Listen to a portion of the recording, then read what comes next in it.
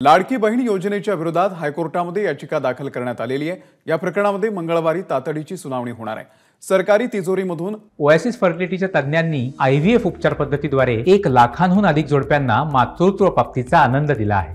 मोफत appointment book करण्यासाठी आजच संपर्क साधा। जाणाऱ्या पहिल्या हप्त्यावरती तात्काळ स्थगितीची मागणी या याचिकेमधून करण्यात आली। लाडकी बहीण योजनेमध्ये सर्वसामान्य करदात्यांच्या पैशांचा अपव्यय होत असल्याचा आरोप या याचिकेमधून करण्यात आलाय। नवी मुंबईमधल्या चार्टर्ड अकाउंटंट नावेद मुल्ला यांनीही जनहित याचिका दाखल केलेली आहे।